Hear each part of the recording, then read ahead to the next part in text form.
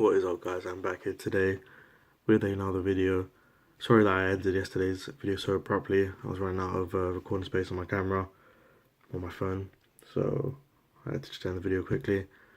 Don't worry about it, because I will have a video coming out at some point, just talking about Todoroki and stuff, and why he's my favourite character of all time in Japanese genre, anime and manga. But, so not to worry about that. Hopefully you enjoyed it. I'm going to make an attempt, like I said in that video, to record every day this week. So if there's anything you want to see, anything you want to suggest, leave it in the comment section down below. And I'll attempt to make that video this week, or if like there's one video I want to do at the moment, then I'll tell you. But yeah, keep your suggestions running down below. Like and subscribe on this video.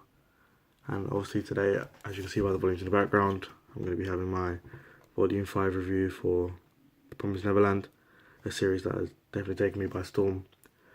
It's upsetting there's only 6 volumes out at the moment, and also upsetting that this is in its final arc now in Japan. That's been confirmed by the mangas, that this, or the arc that they're currently on now, will be the final arc. That could mean there could be 10, 15 volumes longer.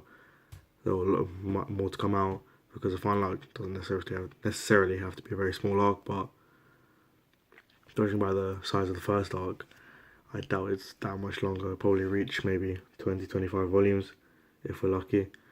We're currently having 6 out in England, or the UK. So it's still a while before we even reach any point that's close to the end of the series, but it's just interesting to know there is definitely an end some point in the near future, which is kind of interesting to know for the series as a whole. But yeah, definitely my favourite ongoing series at the moment, along with My Hero Academia. But yeah, a big fan of The Promised Neverland, and that's why I decided to do volume reviews for each volume. Today I'll be talking about chapters 35 through 43, so if you haven't read any of those and you're behind on the series, then I wouldn't recommend watching this video, because I'll probably be reaching into spoiler territory. Not too deeply, but still enough that you probably won't watch this video if you haven't read this portion of the manga. So yeah, Volume 5 review for The Promised Neverland. Let's get straight into it. Now, character progression in this volume is very limited. This is definitely clearly more about creating the world and setting outside of Gracefield House, and kind of showing what kind of struggles the kids will be coming up against.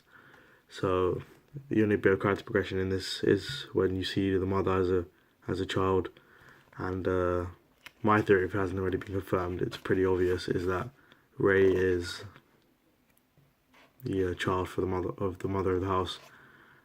I don't know if they've already confirmed that. I can't really remember from earlier volumes, but if they haven't, then I'm pretty confident that is what it is, and that Ray is the child of the mother, which is kind of interesting. Ray is slowly but surely becoming my favourite character in the series. He's very, I don't know, takes a non-caring approach to a lot of things, but secretly does actually care about everyone in the house and stuff like that, and he's definitely gone through a lot of progression himself, from becoming a spy to now actually wanting them all to escape and stuff. He's gone through a nice amount of progression himself. But in this volume, the most character progression is probably seen by the mother in the 4 or 5 pages that are based on her and her past. But other than that, the character's pretty much the same. Then we get onto the world building, which is probably the biggest part of this volume, and it's just kind of trying to set up the outside world around the kids and where they're based and stuff. So not that it does that much of that even, but you do definitely get to understand like some of the issues on different things that the kids haven't learned about by reading the books, like the snakes that were underground and stuff like that.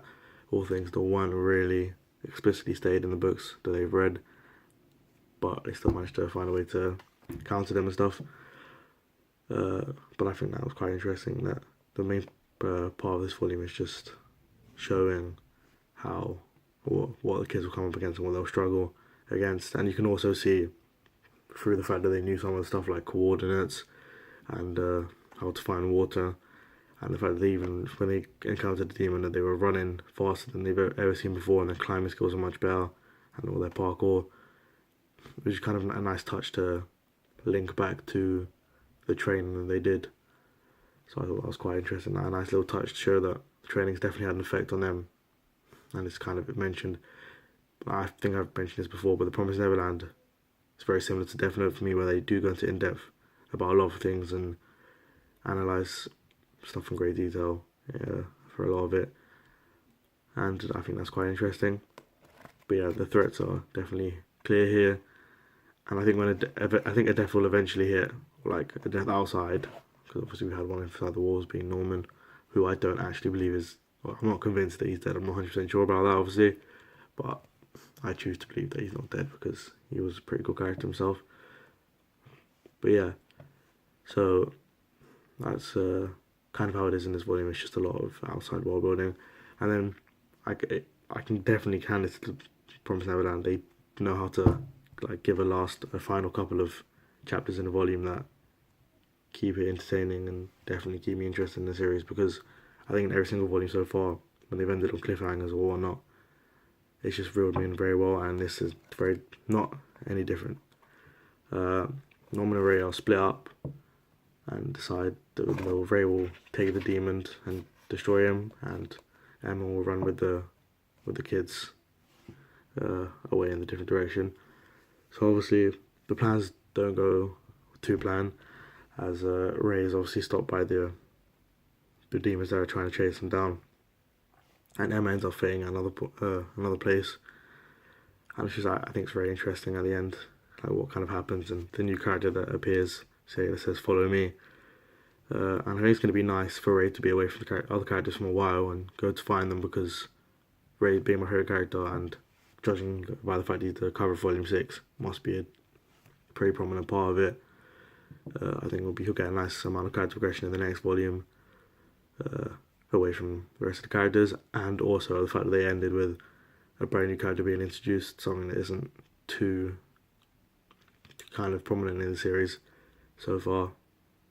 I definitely want to find out more, and it was a very nice place to end the volume. As usual, the cliffhanger to do with the Atlantic series almost always ends on cliffhangers in each volume. It definitely kept me entertained. So, all in all, a pretty good volume for the series. I'd give it a 4 out of 5. It doesn't do anything awfully wrong, but definitely doesn't reel me in as much as previous volumes.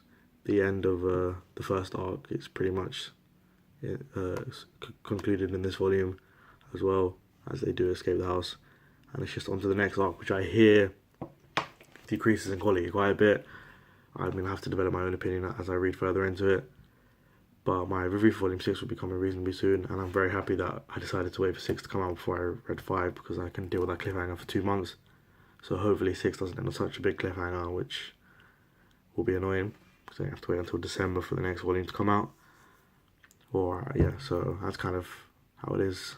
Volume 6 will be the next volume that I'll review for Promised Neverland. Tell me if you've read the volume, tell me what you thought about it in the comment section below, and what you thought of the first arc as a whole. I thought it was very entertaining and one of the better arcs that I've read, or first arcs that I've read in manga. So yeah, hopefully you have a great day, and peace.